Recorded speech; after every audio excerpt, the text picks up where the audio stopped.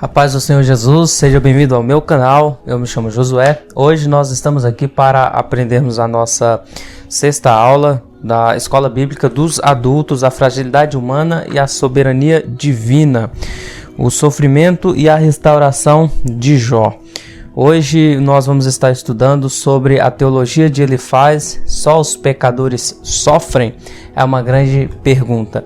Antes de nós iniciarmos a aula, eu quero pedir para você se inscrever no nosso canal, se você ainda não é inscrito, deixar o seu like, o joinha, ativar o sininho para receber as notificações dos próximos vídeos que estivermos postando aqui no nosso canal. O segundo aviso é que nós temos um canal no Telegram onde nós disponibilizamos os slides das nossas aulas.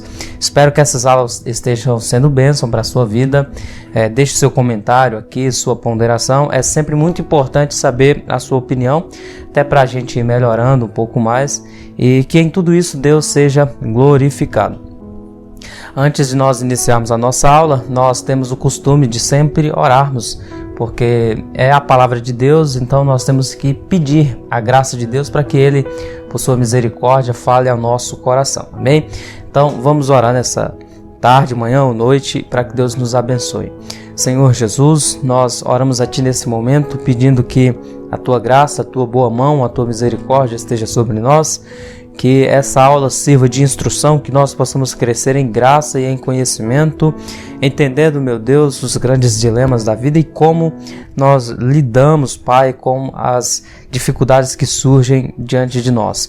Pai, que em tudo o Senhor seja glorificado, abençoe esse irmão, essa irmã, jovem, que está assistindo este vídeo nesse momento, que a Tua boa mão possa estar com ele e ela, Pai, dando graça e sabedoria, nós oramos em nome de Jesus. Amém. O texto áureo da nossa lição está em Jó, capítulo de número 4, versículo de número 7 e 8, que fala assim: Lembra-te agora qual é o inocente que jamais pereceu? E onde foram os sinceros destruídos? Segundo eu tenho visto, os que lavram iniquidade e semeiam mal, cegam isso mesmo. A verdade prática diz que, embora transcendente, Deus tem prazer em se relacionar com o homem terreno. No decorrer da nossa aula nós iremos ver o que é a transcendência, tá bom? Então no decorrer da aula nós pontuaremos aqui essa verdade prática. A leitura bíblica em classe está em Jó, capítulo de número 4, versículo 1 ao 8, Jó, capítulo 15, versículo 1 ao 4 e Jó, capítulo 22, versículo 1 ao 5, que são os três discursos de Elifaz. Jó, capítulo de número 4, versículo de número 1 ao 8 diz assim: Então respondeu Elifaz o temanita e disse: Se intentarmos falar-te, enfadar-te-ás? Mas quem poderá conter as palavras? Eis que ensinaste a muitos e esforçaste as mãos fracas. As tuas palavras levantaram os que tropeçavam e os joelhos desfalecentes fortificaste. Mas agora a ti vem e te enfadas, e tocando-te a ti, te perturbas? Porventura não era o teu temor de Deus a tua confiança e a tua esperança a sinceridade dos teus caminhos? Lembra-te agora qual é o inocente que jamais pereceu e onde foram os sinceros destruídos? Segundo eu tenho visto, os que lavram iniquidade e semeiam mal, cegam isso mesmo. Jó, capítulo de número 15, versículo 1 ao 4. Então Elifaz de Temar respondeu: Responderia o sábio com ideias vãs ou encheria o estômago com o vento? Será que argumentaria com palavras inúteis, com discursos sem valor? Mas você sufoca a piedade e diminui a devoção a Deus. Jó, capítulo 22, versículo 1 ao 5, diz: Então Elifaz de Temar respondeu: Pode alguém ser útil a Deus, mesmo um sábio pode ser-lhe de algum proveito? Que prazer você daria ao Todo-Poderoso se você fosse justo? O que é que ele ganharia se os seus caminhos fossem irrepreensíveis? É por sua piedade que ele o repreende e lhe faz acusações? Não é grande a sua maldade? Não são infinitos os seus pecados? Então, esses três textos da nossa leitura bíblica em classe, ele vai apontar os três discursos de Elifaz, um dos amigos de Jó, provavelmente o mais velho deles, por ser o primeiro a falar, e algumas questões internas da escritura vai pontuar que talvez Elifaz seja o mais velho. A nossa lição de hoje tem o objetivo geral de destacar o pensamento teológico de Elifaz, ou seja, como que ele entendia Deus e o homem, né? Ele faz uma defesa contundente da religião tradicional, segundo a qual somente os pecadores sofriam. Basicamente, esse é o pensamento de Elifaz. A nossa revistinha vai ter objetivos específicos aqui, 3 objetivos. Primeiro, apontar a defesa de Elifaz acerca da justiça retributiva. Então, se você faz o bem, você colhe o bem. Se faz o mal, colhe o mal. Isso, em parte, é verdade, mas no decorrer da aula nós vamos entender como que essa interpretação foi aplicada de forma errada no que diz respeito a Jó. O segundo objetivo específico, então, é mostrar a associação de Elifaz a respeito do pecado, a quebra da tradição religiosa e identificar o abismo que Elifaz diz existir entre o Criador e a criatura. É como se Deus fosse indiferente à sua criatura, a sua criação, né? Então, a nossa introdução da nossa aula vai dizer basicamente que nessa lição nós veremos que para Elifaz a justiça retributiva é certa, ou seja, pecadores sofrem e justos não. Elifaz faz acusações contra Jó, nós veremos isso nessa aula, e Jó responde às acusações. Então nós vamos aí para o nosso primeiro tópico da nossa aula, que é os pecadores no contexto da justiça retributiva. O nome já diz tudo, justiça retributiva. Então é como se Deus reagisse ao que o homem faz aqui. O nosso primeiro tópico vai falar sobre a lei da semeadura e da colheita, ou seja, planta e colhe.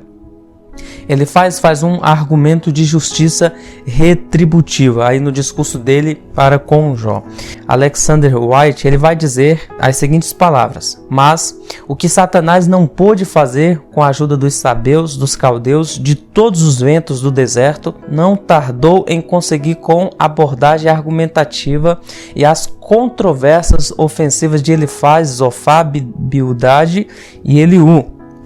A maldade da controvérsia não há quem possa mitigar, dizia Alexander White. E é isso que nós vamos ver no decorrer dessa aula. Os amigos de Jó, que deveriam ser instrumento de consolo, até determinado momento eles fizeram isso durante 7 dias, mas depois, quando eles decidem abrir a boca, depois da lamentação de Jó, no capítulo de número 3 e 4, nós vamos ver que eles vão tecer grande argumento contra a pureza, né? Contra aquilo que Jó era, que o próprio Deus vai dizer, homem reto, íntegro e temente a Deus. Então eles vão aplicar o seu julgamento não por aquilo que de fato é, mas por aquilo que eles estavam vendo. Ele estava vendo apenas o exterior de Jó e não o interior. Prosseguindo, aí nós vamos então ver uma questão bem interessante, lógica versus amor, quando em Jó capítulo 4, versículo 1, a Bíblia diz assim: então respondeu Elifaz o temanita e disse. E a grande questão é, mas ao que ele está respondendo? Sendo que Jó, no capítulo 3, não dirige a palavra a eles. Jó está lamentando diante de Deus. E ao que ele respondeu? A dor do coração de Jó? A resposta é não. Respondeu apenas as palavras dos lábios de Jó, e esse foi o erro de Elifaz. Eles estavam olhando para Jó apenas externamente, mas não se condoeram. A palavra compaixão significa isso, você se condoer, se colocar no lugar do outro. Como Elifaz não se colocou no lugar de Jó, então ele passa a julgar Jó pela estética, pelo aquilo que ele está vendo e ouvindo sair da boca do patriarca. Eles estavam ali como conselheiro, e nós olhando aí para a nossa tela vamos perceber que o conselheiro e consolador sábio deve ouvir com o coração e responder tanto aos sentimentos quanto às palavras. Não se cura um coração partido com lógica, mas sim com amor. Considerando ainda que sem dúvida é preciso dizer a verdade, mas essa deve ser dita com amor. Efésios 4,15 diz o apóstolo Paulo: antes, seguindo a verdade em amor, crescemos em tudo naquele que é a cabeça, a saber, Cristo. Então, o problema, gente, não é você falar a verdade para alguém. não é o que se fala, mas como se fala, né? Quando você passa a tecer um argumento contra alguém, sem se colocar no lugar dessa pessoa, nós corremos o risco de fazer um julgamento precipitado e errôneo acerca dessa pessoa. Enquanto para Elifaz, Bildade e Zofar, Jó estava em iniquidade, o próprio Deus anteriormente já havia tecido um testemunho acerca de Jó, como um homem reto, íntegro e que o temia. Então, uma ponderação aqui, uma aplicação prática é que nós temos que tomar muito cuidado quando formos examinar a vida de alguém, para não cairmos naquilo que é um julgamento injusto. O segundo subtópico da nossa lição vai falar que o homem colhe o que plantou. A maioria das pessoas crê que, em última análise, Deus abençoa os justos, seu povo, e julga os perversos. Mas não é isso que está em questão aqui em Jó. De fato, existem textos que a própria revistinha vai apontar aqui alguns textos, né, que vai falar, por exemplo, em Salmo 1:6, 1 Pedro 3:12, né, mas o rosto do Senhor é contra os que fazem mal. E nós temos outros textos que de fato vai apontar isso. A questão não é essa. A questão é que esse entendimento está sendo aplicado aqui numa pessoa que é justa, mas está sendo aplicado como se ele fosse injusto. Ele e seus amigos não estão tratando do que acontece no fim das contas, mas sim das implicações imediatas. Um assunto sobre o qual Davi, lá no Salmo 37, Asaf, Salmo 73, e até o profeta Jeremias vão falar. Por exemplo, Asaf aqui, ele chega ao ponto de quase se desviar porque ele vê que os ímpios prosperam enquanto o justo padece. Aí ele não entende, porque o entendimento da época era justamente esse, que se o ímpio prospera, o que está acontecendo? Porque a ideia era que se você é ímpio, você recebe a retribuição divina como castigo. Mas você vê que essa teologia não se aplica a todos os casos, né? O ímpio às vezes prospera e o justo padece, porque o sol nasce para todos e a chuva cai para todas. Isso aqui é chamado de graça comum, ou seja, Deus, em seu amor, ele atribui graça e recursos de modo natural a toda a criatura, a toda a criação, assim como também os problemas causados por genética, por problema de saúde, também vêm para todas as pessoas, né? Existem pessoas que são fiéis a Deus, que são pessoas que têm muita fé e que todavia sofrem problemas de saúde, têm algum problema psicológico.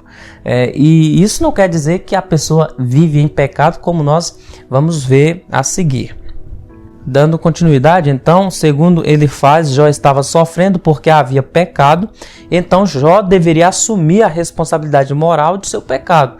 Porque para Elifaz, se Jó está sofrendo é por causa do pecado, e o único remédio para isso era a confissão. Jó tinha que confessar o pecado.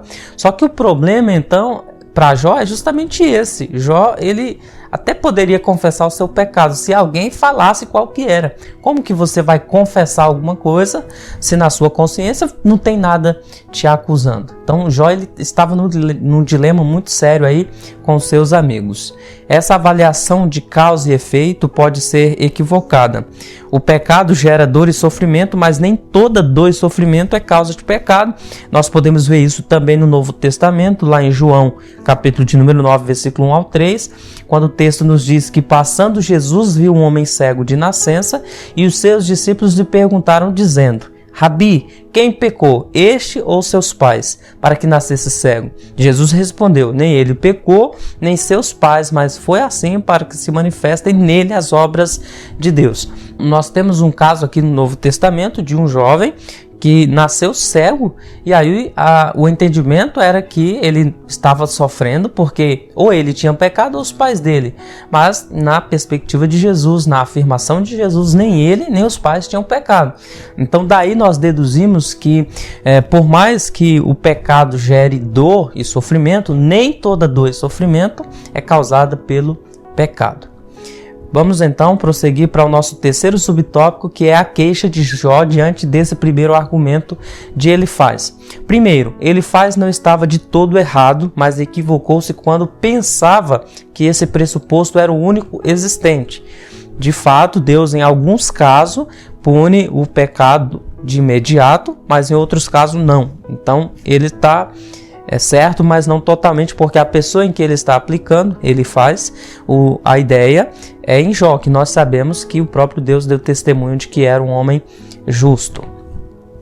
Com base no próprio argumento de Elifaz, Jó contesta se o sofrimento é uma retribuição contra o pecado. Jó quer saber qual o pecado dele, já que a consciência dele não o acusa de algum pecado.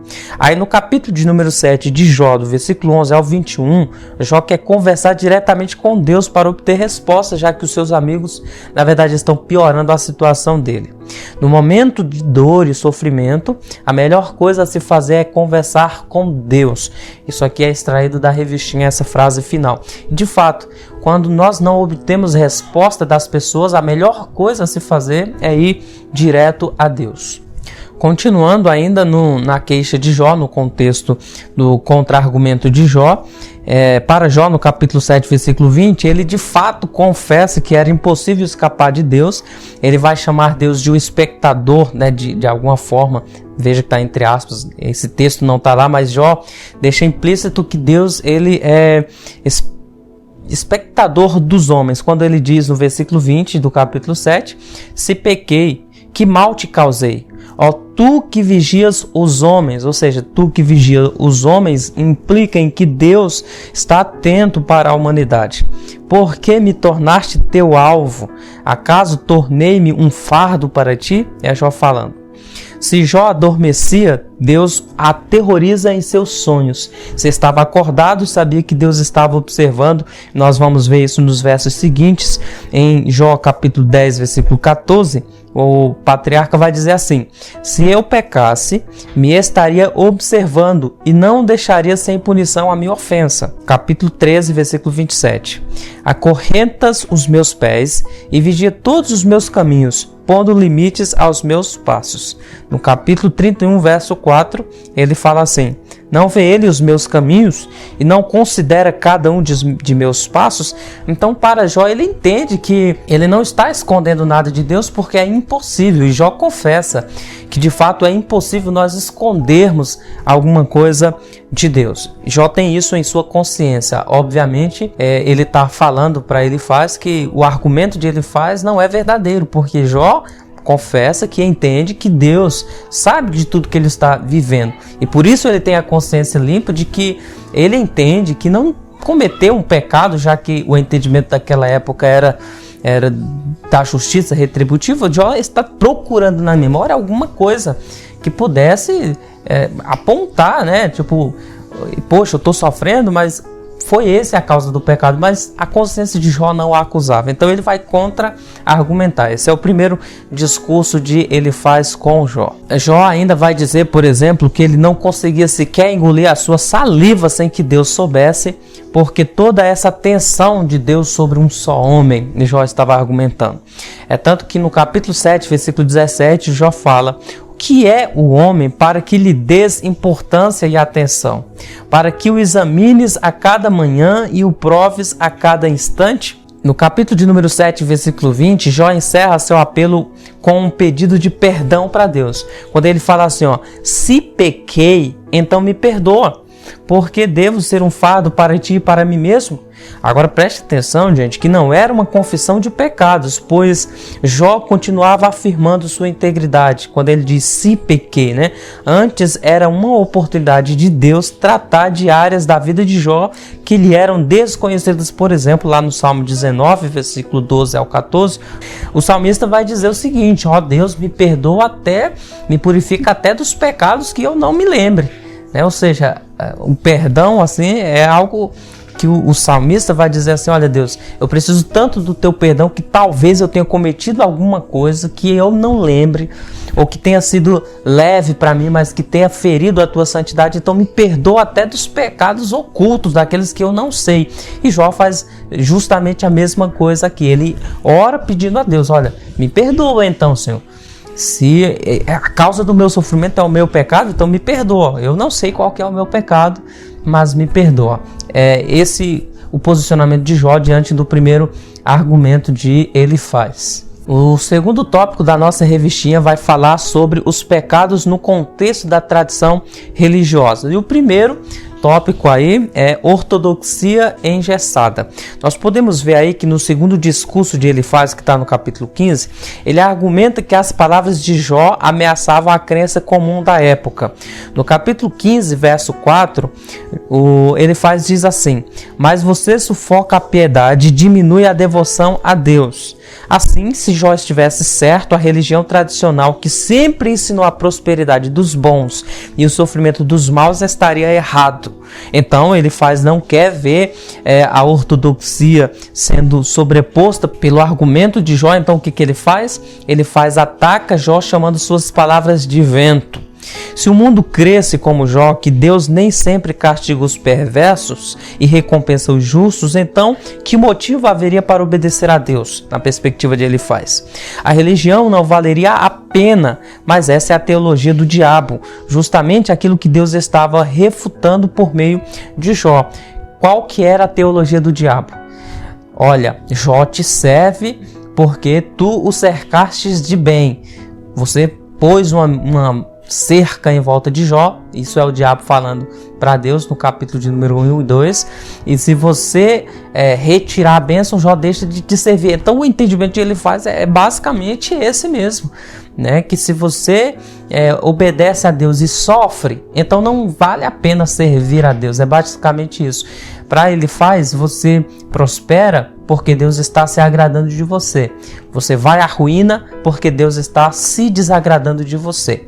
Isso é a semente, né?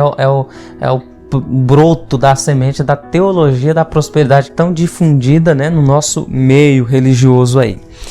Continuando, então, se as pessoas servem a Deus pensando apenas no que irão ganhar com isso, na verdade não estão servindo a Deus coisa nenhuma. Estão apenas servindo a si mesmo e colocando Deus a seu serviço.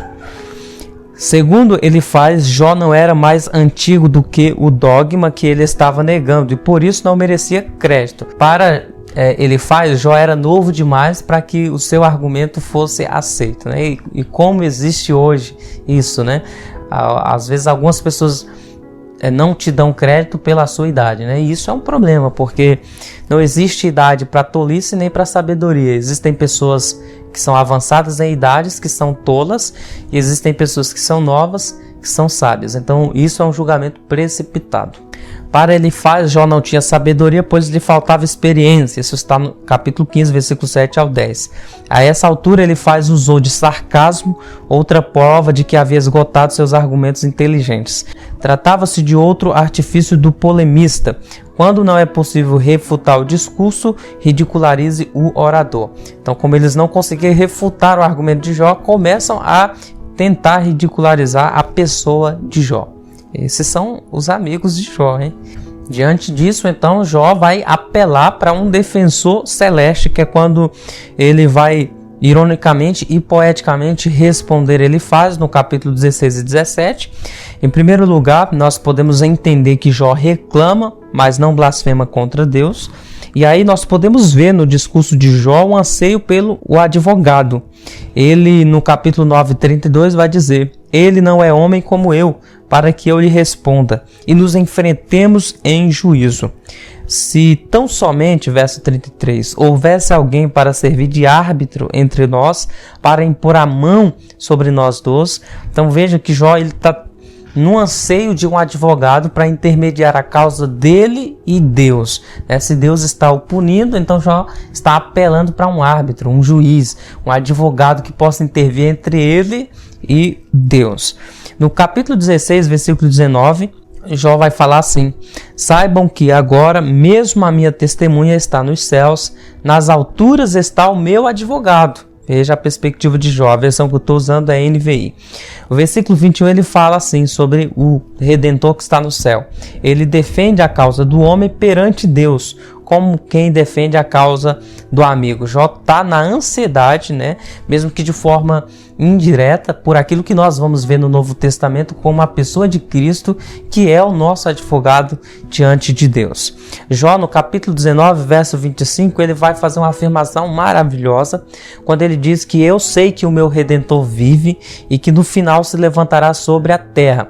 Nós também temos um Redentor que ao terceiro dia se levantou sobre a terra e assunto aos céus intercede por nós, como o apóstolo João, que é o apóstolo do amor, vai escrever na epístola dele, na primeira epístola, capítulo de número 2, verso 1, ele fala: filhinhos, estas coisas vos escrevo para que não pequeis, e se alguém pecar, temos um advogado para com o Pai, Jesus Cristo, o justo.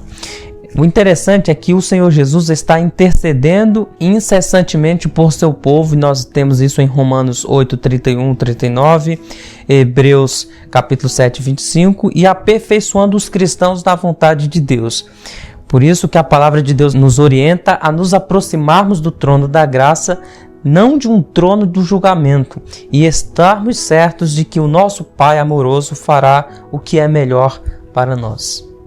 Bom, galera, chegamos no nosso terceiro tópico da nossa aula, aí o terceiro e último tópico. Nós temos o primeiro subtópico aí que vai falar sobre Deus não se importa com quimeras humanas. Agora eu não sei se o autor da revistinha quis dizer meras ou meros humanos ou quimeras mesmo, porque quimera é uma criatura mitológica, né, da Babilônia que parecia em parte humano e parecia em parte bicho, besta, né? Então não sei muito bem se foi essa a intenção. Mas enfim, vamos prosseguir aí que no terceiro discurso então de Elifaz, nós vemos nesse terceiro subtópico o terceiro discurso de Elifaz, onde ele apela para a transcendência divina ao atacar Jó. Isso está em Jó capítulo 22.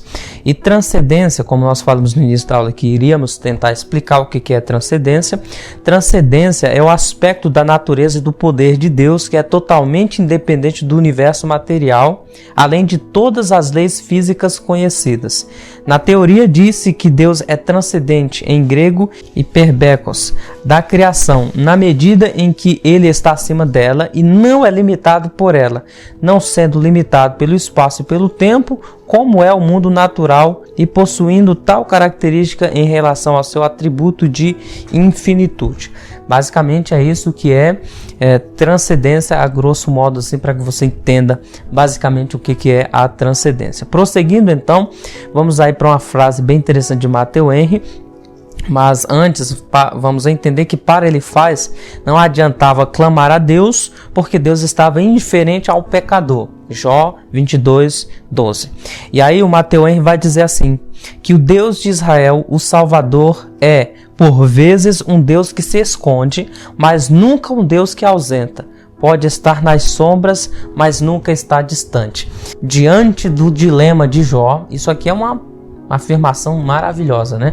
Por mais que esteja passando por um sofrimento, por mais que pareça que Deus está ausente, está em silêncio e ausente, mas ele é o Deus presente. E veja que ironia, né? Porque os amigos de Jó vieram até ele para serem o consolador, dele, mas o consolador, quando contrariado, se transformou no acusador, como nós vamos ver em Jó 22. Elifaz então vai acusar Jó de grande pecado, quando no versículo 20 do capítulo 22 ele vai falar: não é grande a sua maldade, não são infinitos seus pecados.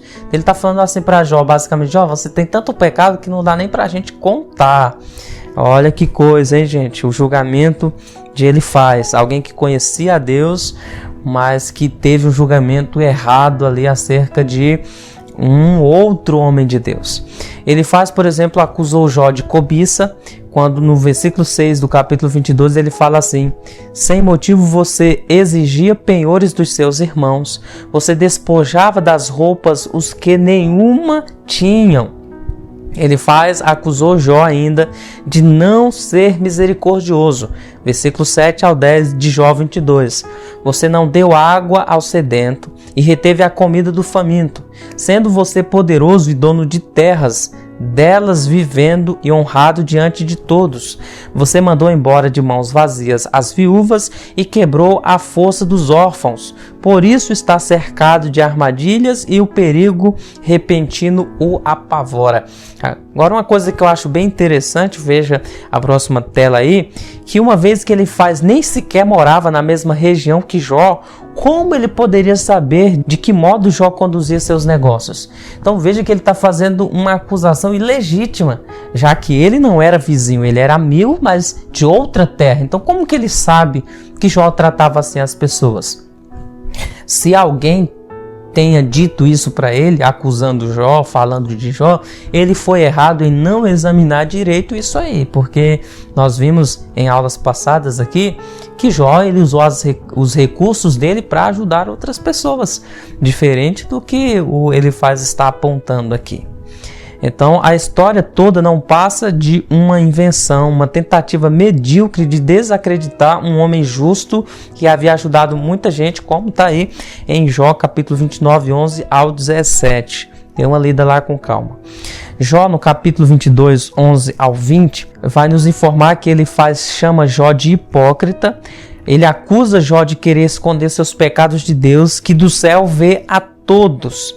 Jó 22, 21 ao 30, ele vai fazer um excelente discurso de arrependimento, mas dirige suas palavras à pessoa errada. Primeiro, ele vai chamar Jó de hipócrita, dizendo, Jó, basicamente assim, você está pecando, mas há um Deus no céu que vê todas as coisas, então é melhor você confessar o seu pecado, se arrepender, porque quando você se arrepende, Deus é gracioso, Deus te abençoa, Deus te restaura. Então, no finalzinho do discurso, do último discurso que ele faz um apelo maravilhoso, um apelo verdadeiro, que vale a pena até a gente utilizar quando for fazer um apelo para alguém, mas que nesse caso foi aplicado à pessoa errada. Tudo bem? O apelo é perfeito, é bom, mas foi aplicado à pessoa errada, porque Jó não tinha do que se arrepender. Ele era um homem que tinha pecado, Jó, pecado no sentido de natureza, porque nós herdamos isso de Adão, mas não um pecado pontual, ou seja, uma transgressão, de modo que ele viesse a se arrepender. Nós temos natureza pecaminosa, mas existem comportamentos de pecado. É isso que está em jogo, não a natureza de Jó. Como homem, ele tem pecado, mas pecado pontual como atitude, comportamento, Jó, nesse aspecto aqui, nesse contexto, ele não tinha do que se arrepender ainda. Amém? Quando lá na frente Jó vai fazer aquela confissão a Deus, eu me arrependo no pó e na cinza, né? Não quer dizer que Jó estava se arrependendo de uma prática que ele tenha cometido, mas do fato dele tecer alguns argumentos contra Deus, achando que Deus era uma coisa, que quando na verdade Deus, ao se revelar, demonstra ser aquilo que Jó não entendia. Por isso que ele diz, eu me arrependo, por causa do julgamento dele, do entendimento dele no que diz respeito a Deus. Pontuando isso aqui, nas próximas aulas a gente vai ver isso com mais calma. Vamos então olhar agora para o apelo que ele vai fazer para Jó, dizendo que se Jó se arrependesse, Deus iria fazer essas determinadas coisas para ele. Vamos ver, o apelo que ele faz aí é um apelo de arrependimento que está no capítulo 22, versículo 21 ao 30, ele vai falar assim, o que Deus promete àqueles que se arrependem e que se voltam para ele. Primeiro, Deus o restaurará, versículo 23, se fará precioso para eles, versículo 25, de modo que se deleitarão com o Senhor e não com as riquezas ou prazeres do mundo, verso 26. Deus responderá às suas orações e os capacitará para que façam sua vontade, verso 27, dando-lhes orientação e luz, verso 28. Uma vez que sua comunhão com Deus for restaurada, podem ajudar a outros que se encontram caídos, verso 29 e 30. Então esse apelo aqui é perfeito, só que foi aplicado à pessoa errada, porque quando chegamos ao final do livro, veremos que eram Elifaz e seus dois amigos que não estavam em comunhão com Deus. Seria preciso Jó interceder por eles, a fim de que fossem restaurados. Então veja que no nosso julgamento a gente pode estar errado. Então muita cautela antes de tecer palavra de juízo contra alguém.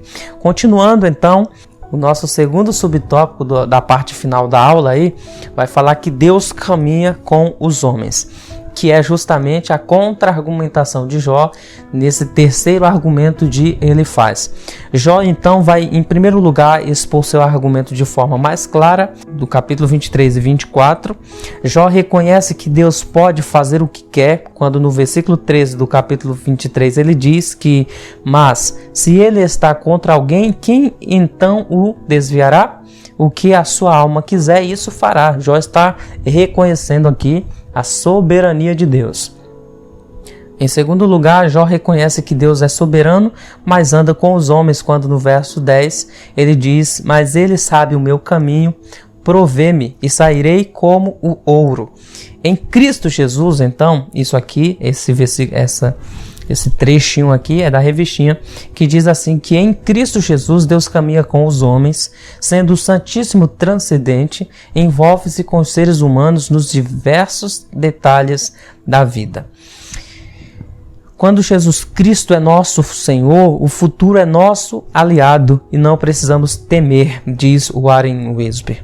Em vez de argumentar com os amigos ou abrir mão de sua integridade cedendo aos apelos de Elifaz, Jó ignora-os inteiramente e se dirige ao Senhor falando sobre ele.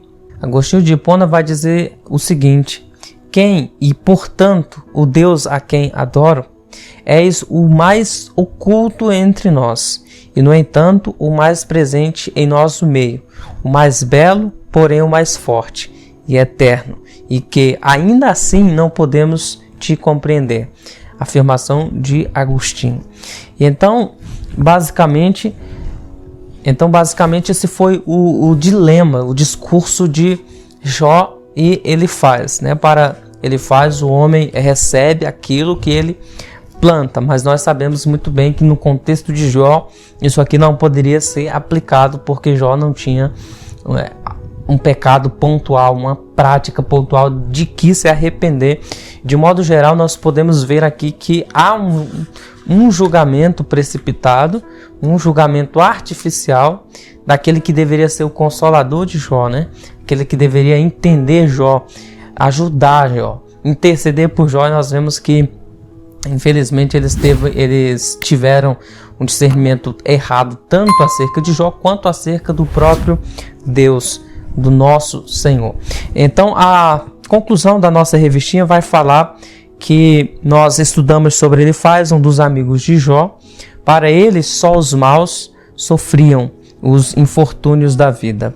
Ele estava convencido de que, ao se negar a reconhecer que estava em pecado, Jó depunha contra a religião tradicional, que sempre associou as desgraças ao cometimento de algum pecado. Para ele, Jó estava abandonado por Deus, e isso era uma prova irrefutável de que havia pecado. Jó o contrapôs e defendeu sua integridade e comunhão diante de Deus. Então, nessa aula nós aprendemos basicamente que o pensamento tradicional de Elifaz era o pensamento da justiça retributiva. Nós aprendemos que o que Jó queria, né, diante desses grandes discursos aí, ao pedir uma audiência direto com Deus, era que ele tivesse uma conversa sincera com o próprio Deus, onde ele apela para um advogado que pudesse intervir por ele nessa causa. Então veja que nós também aprendemos que Jó, que ele vai passar do argumento das ideias para o ataque a Jó, quando ele sente que o seu dogma, quando ele sente que o entendimento geral está sendo ameaçado pelo discurso de Jó. Então Jó entende basicamente que o discurso da teologia de Elifaz é um discurso que se baseia na terra. Enquanto isso, Jó abre mão disso e apela para o divino, para aquilo que vem de cima. De vez de se firmar naquilo que é da terra, Jó decide se firmar naquilo que é do céu. Nos argumentos de Jó, então, ele afirma algumas verdades. Ele afirma que Deus é transcendente, excelso e que pode fazer tudo aquilo que Ele quer. Gente, essa foi a nossa aula de hoje. Que Deus abençoe a sua vida. Não esqueça de conferir se você já é inscrito no canal, se você já deixou seu like e já ativou o sininho aí, tá bom? Nós iniciamos a nossa aula com oração, vamos terminar com oração.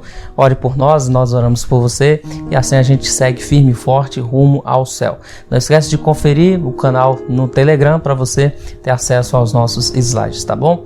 Que ao baixar será seu e você pode alterar e usar na sua escola bíblica dominical ou palestra, seja lá onde for. Deus abençoe, vamos orar. Senhor Deus, eterno Pai, Deus de Jó, nós elevamos o nosso pensamento a Ti agora em oração, inclinando nossa cabeça aqui, o nosso coração. Nós oramos pedindo para que o Senhor dê força para aqueles que estão passando por grande problema, por grande dificuldade, a entender, meu Deus, que apesar da dor e do sofrimento, Tu és o Deus que está no controle, que está conosco, Pai. E que o Senhor também dê compreensão para aqueles que estão numa vida boa, sossegada, como Ele faz, mas que está tendo diante de si pessoas que estão passando por problema. Livra-nos de, em algum momento, julgarmos o nosso irmão por causa do sofrimento, da dor e da angústia que ele ou ela esteja passando. Senhor, que em tudo isso o Senhor seja glorificado e que nós possamos nos firmar na palavra que o Senhor Jesus Cristo disse lá em Mateus 28, que o Senhor estará conosco todos os dias até a consumação dos séculos. Nos firmamos nessa palavra e sabemos que o pensamento do Senhor é mais alto que o nosso, que o Senhor tem um pensamento de paz para nos dar, meu Deus, aquilo que fará melhor para o Teu povo e de que maneira nenhuma nós possamos nos perder de Ti com aquilo que o Senhor tem para nos dar. Abençoe esse irmão, essa irmã que assistiu essa aula, esteve comigo até agora, que a Tua boa mão esteja com ele, em nome de Jesus. Nós oramos para a Tua glória, ó Pai. Amém. Deus abençoe a sua vida, um beijo fraterno no seu coração e até o nosso próximo encontro. Tchau, tchau.